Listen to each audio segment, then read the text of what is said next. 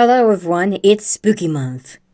Although when I'm writing the script, but recently I've been reading a book called 50 States, 500 Scary Places to Visit, which is a nice book showing a list of top 10 scary places for each American state.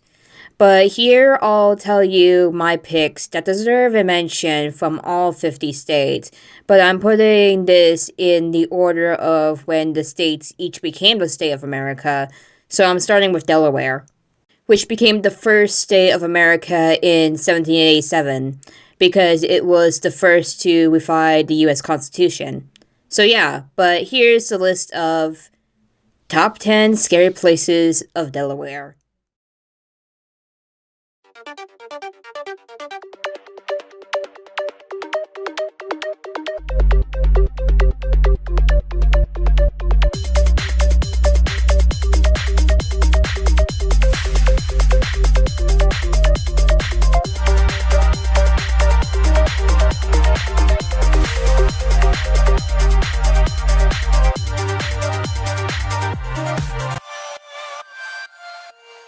Number 1. Rockwood Museum.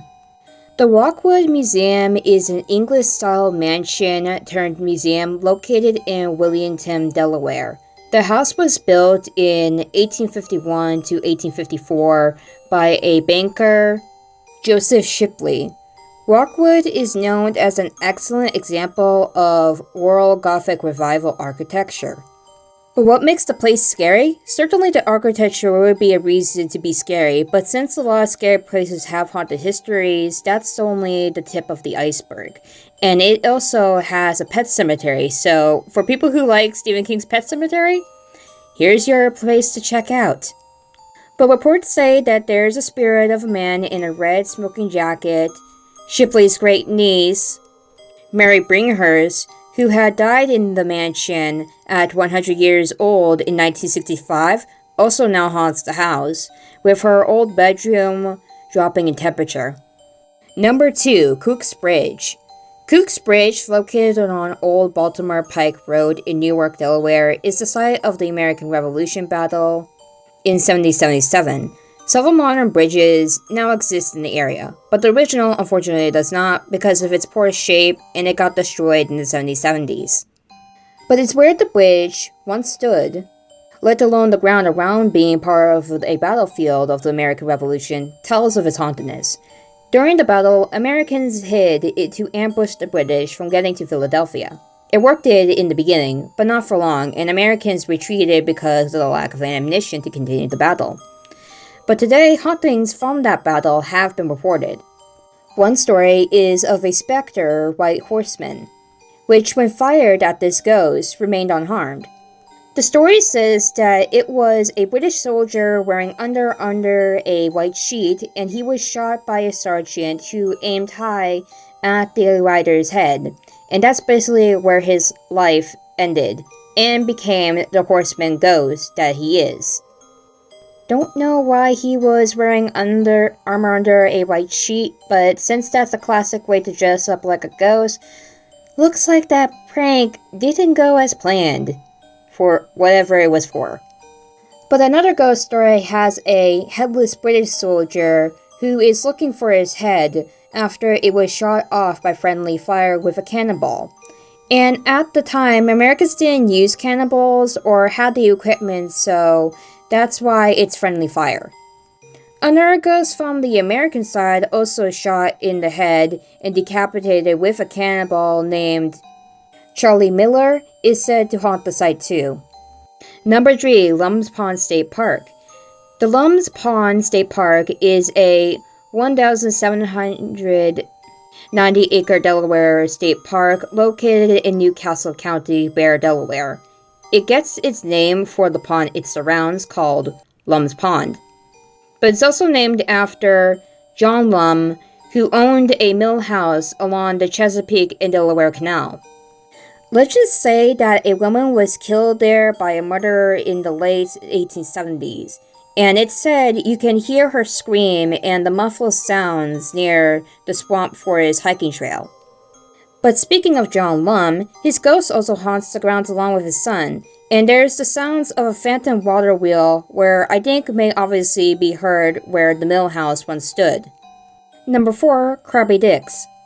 Once the old Delaware City Hotel, it's now a seafood restaurant called Krabby Dick's, and it's known for serving blue crabs. But the owner, John Buckheit, and his partner, Dale Slaughter, when they bought the hotel in 2005, Buckheit slept in a room upstairs and dreamed of a chambermaid telling him to leave. The place is said to be haunted by this maid who worked in the building when it was the old Delaware City Hotel. Psychic Nancy Maya from Psychic Detectives channeled the spirit of a maid and got her name, which is Sandy. Other hauntings in the restaurant are flickering lights on the 4th floor. Number 5. Fort Delaware. Okay, this is a fort that's been through a lot like any fort. But Fort Delaware on Pea Patch Island was used as a military base and prison, especially in the Civil War. It's said to instill fear into the Confederates. 12,000 people were kept there, and 12,650 are said to have died in the fort, especially from the smallpox epidemic in 1864.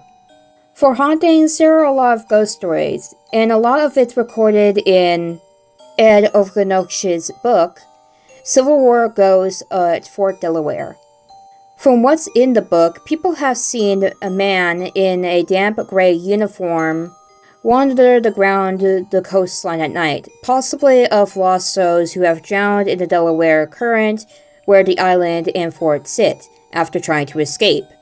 There's a strange noises heard and sightings of a man in a cloak carrying a lantern. Number 6. Cannonball House. There are a lot of places called Cannonball House, but this one is about the Cannonball House in Lewis, Delaware. That's now a museum.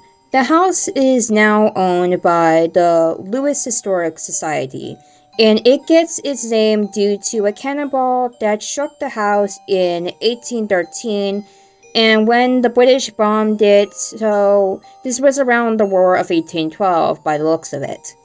The house was built around 1765 and has been a restaurant, laundromat, and the private home of pilots.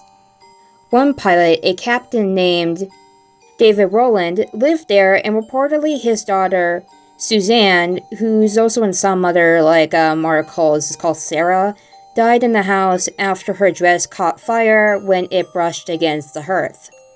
The girl's ghost is said to haunt the house and is to be a playful spirit, and a lot more ghost activity happens from time to time.